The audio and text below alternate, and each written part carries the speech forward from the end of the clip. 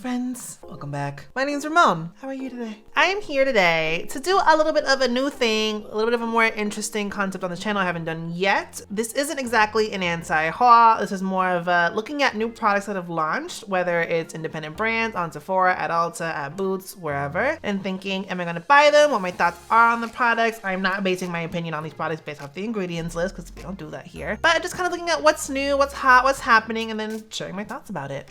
But before we get into it, I'm gonna ask to hit the subscribe button and notification bell so that you know when I post more skincare, sunscreen, or fancy related content on my channel. Give the video a thumbs up, and down below in the comments, tell me for any of the products I'm gonna talk about. What are your thoughts? What are your opinions? Do you already have them? Are you using them? Let me know. And or what are some other products I might have not mentioned that you're also looking forward to potentially getting or have your eye on? Sound off. So again, this isn't exactly an anti-haul. The inspiration for this video came thanks to my boyfriend. He sent me Skin Sympathy, aka Christian's TikToks, where he was scrolling through new Sephora launches, giving his opinions on them. And I know I've seen one of my favorite creators, Nisi Pisa here on YouTube, do a lot of anti-hauls. Her friend Abby Williamson does them too. And Abby's inspiration from these are from the drag queen Kimberly Clark, who I think kind of started anti-hauls. This isn't an anti-haul. I'm just kind of, again, talking about what's launching, what's coming up new in the skincare game, and my thoughts on them. I just want to give credit where it's due before y'all call me out for not doing so. So I got the list here on my phone of all the new, and I asked on Instagram what a lot of my followers were feeling about new launches, what they were looking forward to. So if you don't follow me on Instagram, go do so, because I post a lot of questions and I get a lot of interaction to feature on my channel.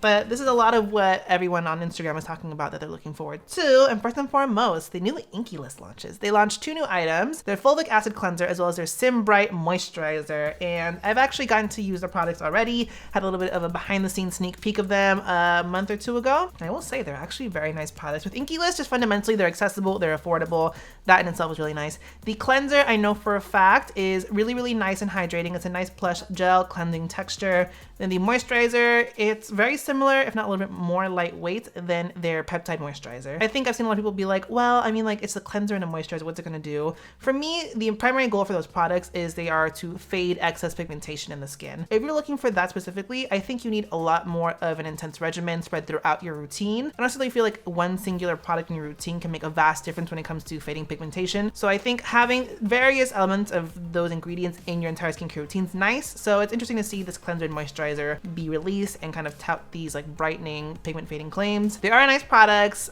I would definitely have bought them if it wasn't for the fact that I've already tried them. So excited about these. Next is the new Glow Recipe launch. They just launched body care in the form of an AHA moisturizer, and I think the most excited about this as well. I haven't tried this yet. I am expecting it though. I think the big focus for 2021 was body care, and I've already mentioned on my channel how I love to use their PHA toner on my body. I love using my face skincare elsewhere besides my face just because I got a lot of product I need to get through. So very excited for this. I will do a review on my channel once I get the product in, but I think this is what I'm most hyped for. Next is the Shiny Darden Eye Cream. Someone submitted this answer on Instagram. I think we can all say, like, I very much feel like eye cream isn't necessary. I'm not saying it's a full-on scam. I feel like some people definitely do benefit from that, especially if your actual face moisturizer might have active or certain ingredients that are a little bit more sensitizing around the eye area. But I'm not about to get an eye cream. I'm not about to get a Shiny Darden priced eye cream, as nice and luxurious as the product itself is. That being said, like, it seems like a really nice product. If that is within your price range and you want it, it's a Black-owned like skincare brand. I definitely feel like that's something I would support. I don't buy into eye creams.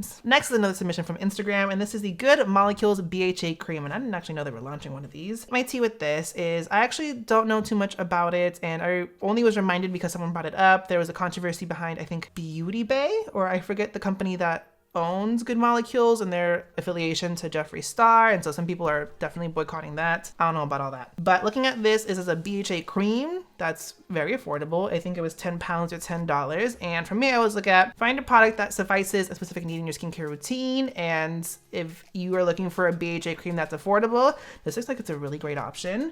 I haven't tried anything from Good Molecules. I know one of my followers on here, Tyrese, really loves Good Molecules, especially their toner. We always talk about that in my comments. Objectively looking at this BHA cream, it seems like a nice product. I would definitely be interested in getting it. Just haven't tried Good Molecules yet. Next is, I got a few submissions about this on Instagram, and that is the Naturium launch coming in March. A lot of people are definitely anticipating some new from Naturium. They haven't had a launch since, I believe, December of last year. I mean, they really ushered in the era of niacinamide. So I think everyone's looking at Naturium to really steer what this year's focus is. And so there's a lot of eyes on what's happening in March. I can confirm and be objective of the fact that I have no idea what's happening. I have not heard anything. So I'm also eagerly anticipating, but I know I had a few submissions mentioned like, ooh, like more azelaic acid. What are they gonna do for body care? Because I think Susan keeps an eye out. Susan knows what's going on, and I think they're definitely on the forefront of what's new, what's happening, what's about to be like, again, more widespread in skincare. So I wouldn't be surprised if they had some body care items already in the works. So we'll see. I'm also hyped about this because we know my thing with Naturium is the fact that they're accessible and affordable and they have great formulations. They're a little bit more innovative when it comes to their skincare technology. So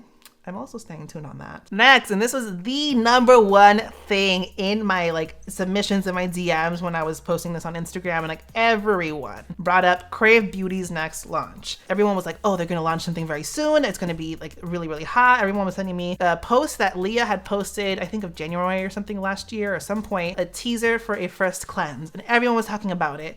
And I shared the response because I was like, what? Crave Beauty's launching something new? That's major. Leah herself DM'd me and she was like, what does everyone know that I don't know? So as of right now, all I can say is that there's nothing launching anytime soon from Crave. But I mean, I talked about Crave. I did a full Crave review, go watch, with Leah and her position in the industry as a creator and obviously a brand owner and what Crave does. Whatever Crave launches, I'm going to be very excited and anticipate highly, just because, again, they do a little bit more interesting stuff when it comes to formulation.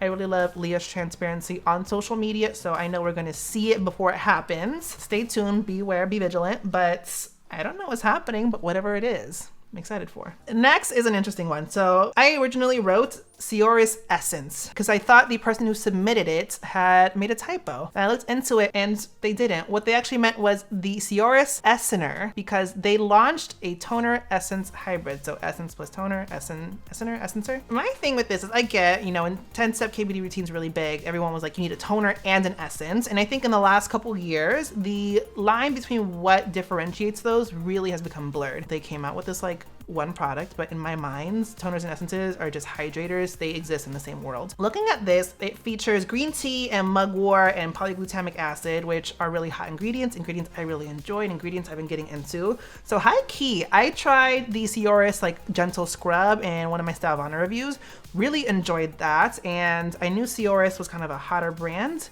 So seeing this, reading up on it, looking at it, I'm like, oh, I actually definitely want to try this. Definitely gonna get my hands on it. So stay tuned. I will order their essencer, whatever it's called, and get that review up really soon, hopefully. Next, someone was talking about the Dia Skin, which is Charlotte Parler's brand, their next launch, and I believe they mentioned it was a serum. Here's the tea. I know Dia Skin, I think I'm pronouncing that right. I know Charlotte does speak French. I do also speak French. I know she has her under eye patches, which are actually a really great concept, I think, specifically because, again, I don't believe in eye cream, but I do understand the necessity to moisturize and really nourish that under eye area. And I think something like that, the fact that they're reusable, that they're really easy, fairly accessible, and the concept for them makes sense. To be an occlusive layer over a serum, over treatment, over hydrators to really lock that in and allow your skin to really, you know, absorb that nourishment. I think they're really great. I love what Charlotte shares online. I think she's very good at, you know, relaying information, and she's very knowledgeable. So whatever they launch, I'm actually looking at very, very closely. I'm very excited to see what this could be. I anticipate nothing but something amazing from them. So I'm very excited for this. We'll keep an eye out. The next submission online I got from my Instagram was just Dr. V Mineral Sunscreen. Real talk, I would want to try it out. I don't want to see what it is. I want to see how it works. She is, you know, a doctor for skin of color. It would definitely be interesting to try and to see what she launches.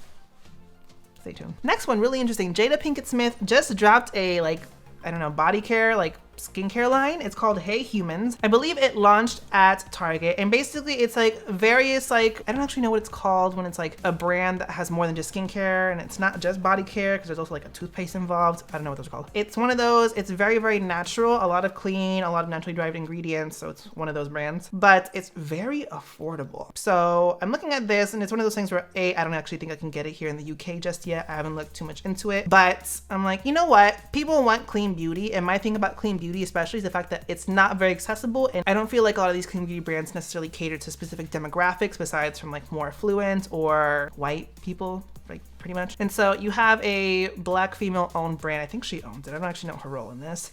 And it's affordable and it's at Target. And I know people want clean beauty. Like that's just a thing. That's what the market is right now. So I think it's a really cool thing to see because people do want this and it's actually fairly accessible. So I don't know if it's all gonna work. I don't know what the tea is. I don't know if I actually would want it because it's not in line with what I'm looking at right now, but it's interesting. I didn't know this was happening. Next, all I have is Kris Jenner, because apparently recently Kris Jenner trademarked things like Kris Jenner skin, Kris Jenner skincare, Kris Jenner makeup. I don't know the tea with all that. All I will say is that Kris Jenner is not known for any of those things. You know, she looks amazing, but I think we all know the reason for that. And I don't know if she necessarily denies that or she owns up to it, but everyone gets work. There's no shame in getting work, especially preventative work or just work to maintain a specific look you want. There's no shame in that. I actually very much applaud that. I just think it's interesting that she might launch something. Don't know what it could be. Literally, I just shared something on my Instagram saying that she had trademarked those things and that could be a very ambiguous situation.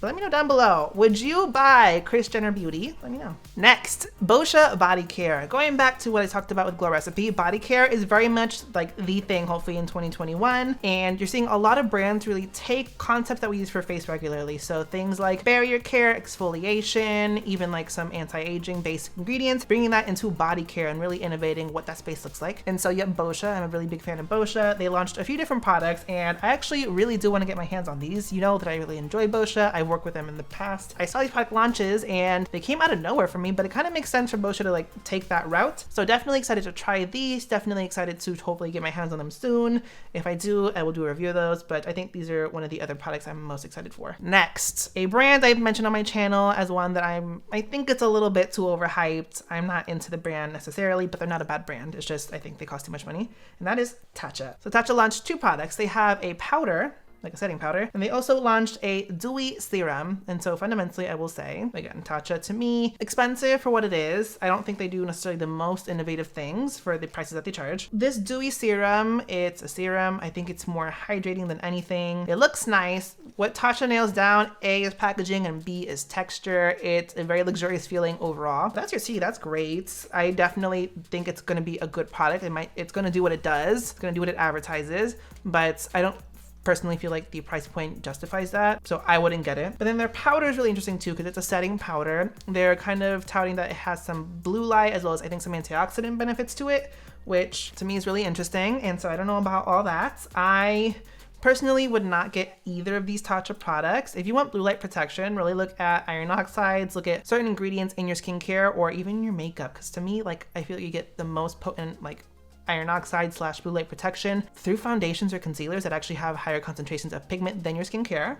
Just saying. I don't think you need to spend that much money for a face powder. I use a drugstore powder when I'm not using my Fenty powder, and most times I honestly just mix those, so I can't justify the money. But Tatcha, if you're watching this and you want to send me PR, let me know. Next is a Fenty eye cream. You know I stand Fenty the house down, and I definitely am buying this, period. But as I mentioned, I don't buy into eye creams. I don't need eye creams, I will say that. And what I'll also say is that, I mean, there's some things that eye creams can give you. A lot of eye creams feature caffeine, which is an antioxidant, but I also have other antioxidant situations in my skincare. There's also things in eye cream that could potentially help with pigmentation related issues if the pigmentation related issues you have can be fixed in that manner, because there's a few different kinds of under eye darkness and a like tyrosinase inhibitor can't fix all of them necessarily. Looking at this very objectively, I would not buy this if it was not Fenty, and I will be very blatant about that, primarily because of the fact that the Fenty moisturizers are already so simple for what they are. Their night cream, it basically is just a very nourishing night cream, but there's not a lot extra to it like exfoliants or whatnot that could potentially sensitize the eye area. Their SPF, that actually does irritate my eye area, but it's still, fundamentally, it's just a sunscreen. There's no AHAs, no BHAs, no retinol. There's nothing in these moisturizing products that could potentially sensitize the eye area that would warrant needing a separate eye cream for that, in my opinion. I'm still getting it, but it's extra. Another product is from a brand I haven't heard a lot about. I've seen it here and there, and it popped up after someone mentioned it, and that's Sachi Skin. They just launched a retinol-based product, and what's interesting about this is it doesn't just feature retinol, it also features something called ursolic acid, which I'd never heard of before, but it seems like the liposomal ursolic acid as well as the retinaldehyde in this product are going to be really, really good for some collagen boosting, elastin boosting products, along with some stuff to combat dark spots and breakouts. This looks really, really interesting. I have not tried a lot of Sachi Skin. I've seen a lot of hype around it with some certain creators that I like run in the same circles as, But have you used Sachi Skin? What are some of the products you've used? Let me know your thoughts on that, just because it seems really interesting. Looking into ursolic acid, it looks like a really nice ingredient. There's a lot of stuff in this that just seems like very antioxidant based and nourishing. So excited to try this out. Would consider buying it.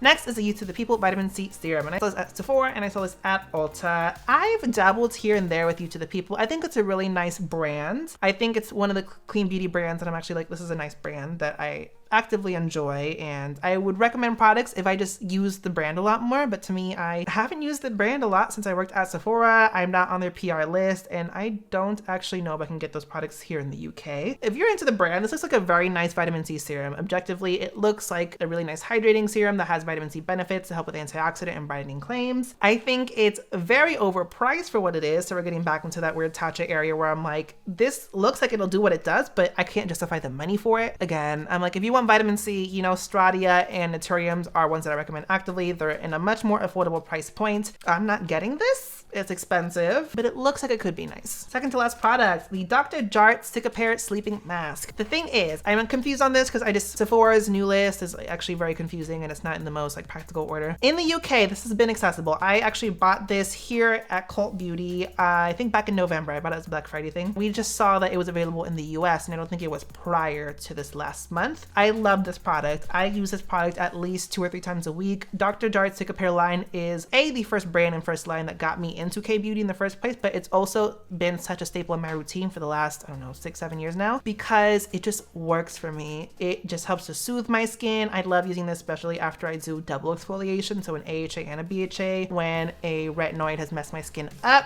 This soothes my skin, helps bring down any irritation and redness and inflammation in my skin. Dr. Jart's Cicapair line does it for me. I love this product. If you are looking for a good Centella Asiatica based product and you don't mind the price points, get this. A little goes a long way. I don't use it every night, so that tub, it's very generous. It'll last me a long time. And the last product on the list is the Wishful Serum. I believe it's a hydrating serum. I haven't used Wishful, and my thing is, I don't hate the brands. I think it's very interesting, some of the products they have, and then you have like that weird chin strap product that I'm just like, what? But if you're into Huda and you are into Wishful skincare, this seems very interesting. I think it's one of those things where it just seems like a very straight to the point hydrating serum. So I can't justify the price point on that, but it doesn't look bad. I'm not gonna get it. I haven't tried Wishful. My opinion on that is very just like, So with that, that's kind of a what would I buy, what would I not buy anti-haul situation, kind of question mark on this for 2021 so far. Let me know down below in the comment section. Again, any of these products, what are your thoughts on them? Have you bought them? What's your experience been with them? And what are some other products you see launching or about to launch that you're like, I might get that. Sound off. Don't forget to give this video a thumbs up and hit that subscribe button and notification bell so that you know when I post more skincare, sunscreen, and plenty related content on my channel. Thanks for watching, guys. Bye.